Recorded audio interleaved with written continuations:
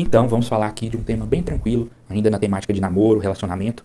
E a gente vai começar essa discussão falando sobre namoros múltiplos naquela reunião de família, principalmente de final de ano, ou no Natal, no Ano Novo, aquela pergunta para aquela pessoa da família que está solteira, sobre as namoradinhas. E as namoradinhas?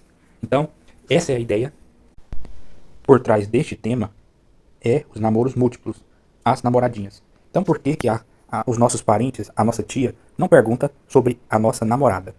Porque na prática, podemos dizer que o namoro ele não começa através de um compromisso em uma relação de verdade. O namoro ele começa a partir do interesse, seja pela amizade, seja pelo interesse sexual, por se tratar de uma pessoa atraente ou uma pessoa do sexo oposto, que possa fazer o sentido na nossa vida, podendo ser então interpretada como namoradinha, mesmo que ainda não tenha um namoro ocorrendo. Então, a ideia de namorar às vezes pode ser esse conceito, essa de que o namoro ele não começa com um compromisso em assumir um relacionamento, mas ele começa a partir do interesse de duas pessoas, um interesse que pode ou não ser recíproco.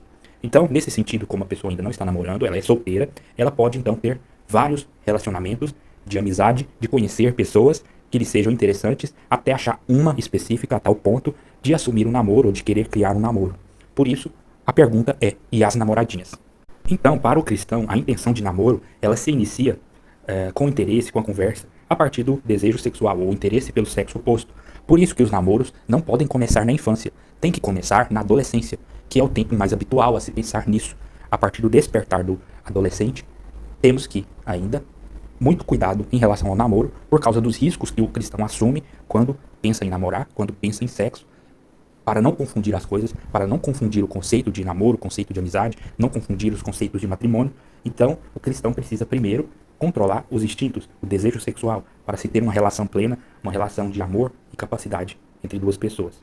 Se a pessoa ela tem o desejo sexual por todo mundo, ou um desejo sexual incontrolável, pelo sexo oposto ou não, de qualquer forma, essa pessoa precisa primeiro aprender a controlar o seu instinto. Não deve pensar em namoro. Então, se a pessoa tem esse tipo de desejo sexual, ela precisa alcançar maior maturidade, pois ela não tem uma capacidade espiritual ainda para viver, porque ela não vai conseguir ser fiel. E além de que, o sexo é uma armadilha enorme para essa pessoa, porque ela está contaminada pelo espírito do mundo, pelo espírito de impureza, e ela precisa se controlar. E isso faz, de certa forma, parte do desenvolvimento. Eu também já tive momentos que, durante a minha vida, meu desenvolvimento, que eu ainda não tinha controle sobre esses impulsos, e tive que aprender algumas pessoas de forma ainda mais dolorosa do que a minha. Então, o homem deve primeiro controlar o seu instinto e ter um relacionamento sério com Deus para poder aprender a amar, para poder conhecer uma mulher de verdade e assim conhecendo essa mulher, ter a capacidade de amá-la, conquistá-la e viver as etapas do relacionamento como Deus deseja. Então, a pessoa que já decidiu, que sabe o que quer, que busca um relacionamento em Deus, um relacionamento espiritual, ele precisa começar a agir de maneira diferente, não pode andar com a massa, não pode ser influenciado pela massa, pela correnteza e fazer e agir como as pessoas do mundo. Então, precisa ser diferente. Então, como estamos discutindo, o namoro ele começa com intenção e não começa com um compromisso firmado.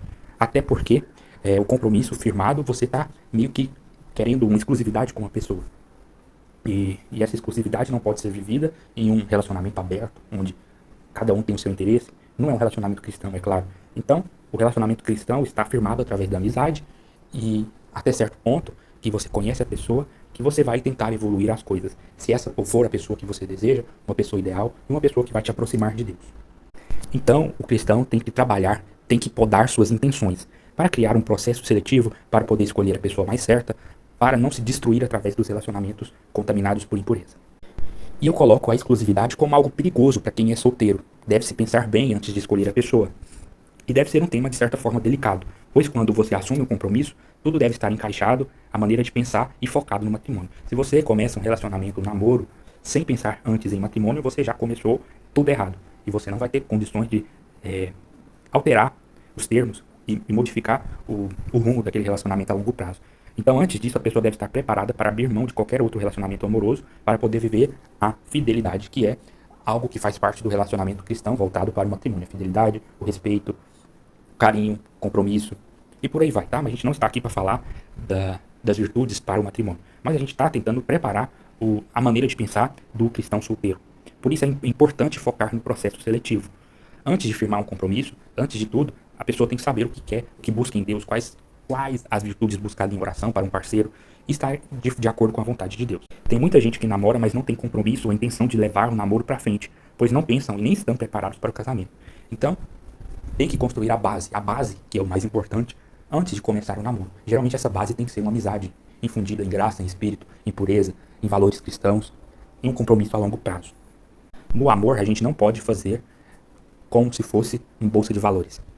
Investir em algo de alto risco, visando altos lucros, ou seja o que for. O namoro, o amor não é uma transação financeira. O alto risco é muito perigoso. Algo que não podemos assumir se pensamos em um relacionamento puro, em um relacionamento abençoado por Deus. Então a gente tem que trabalhar no longo prazo, em uma renda passiva, mas sem riscos. Então, sem se autodestruir nesse processo.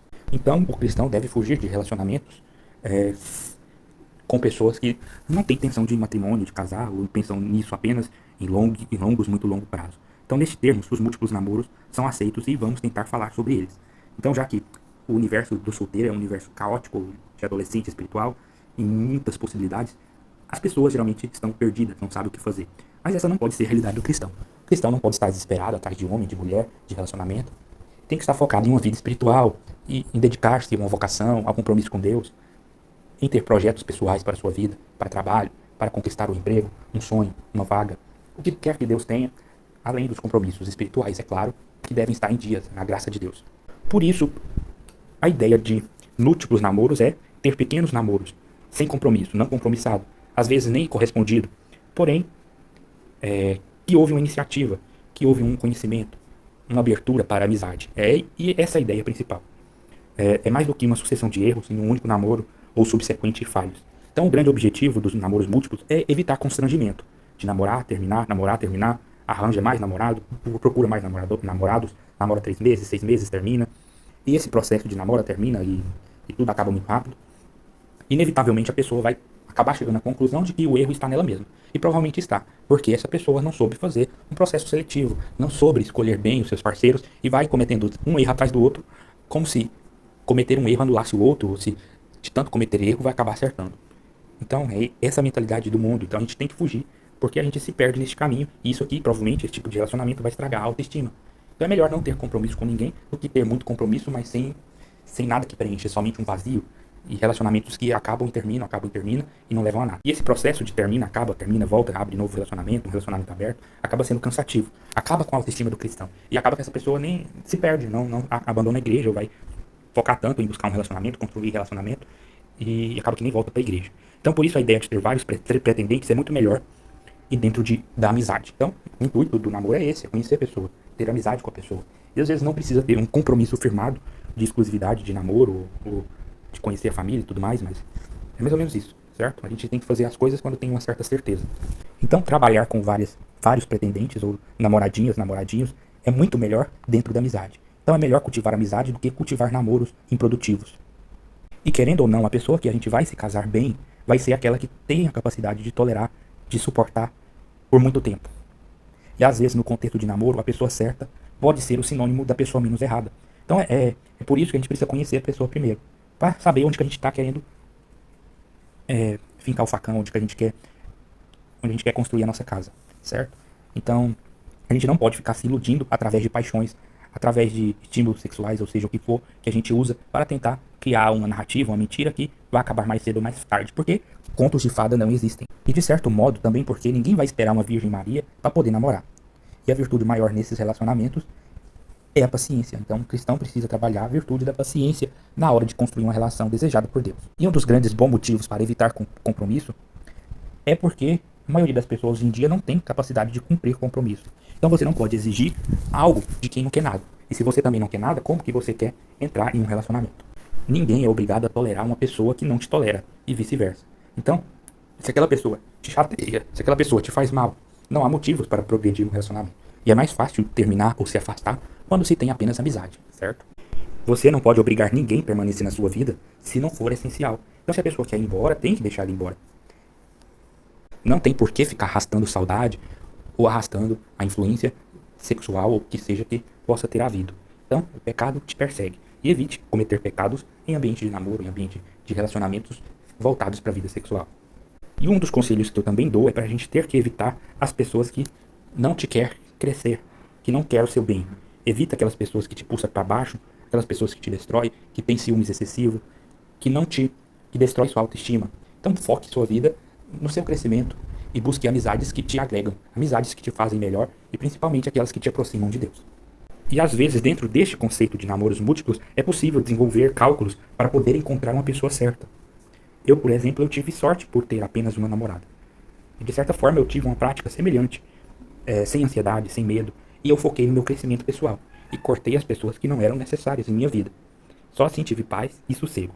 E claro, sem deixar o relacionamento de Deus de lado. Além de tudo, ser o relacionamento com Deus a minha prioridade quando eu estive nessa trincheira dos namoros, nesse perigo.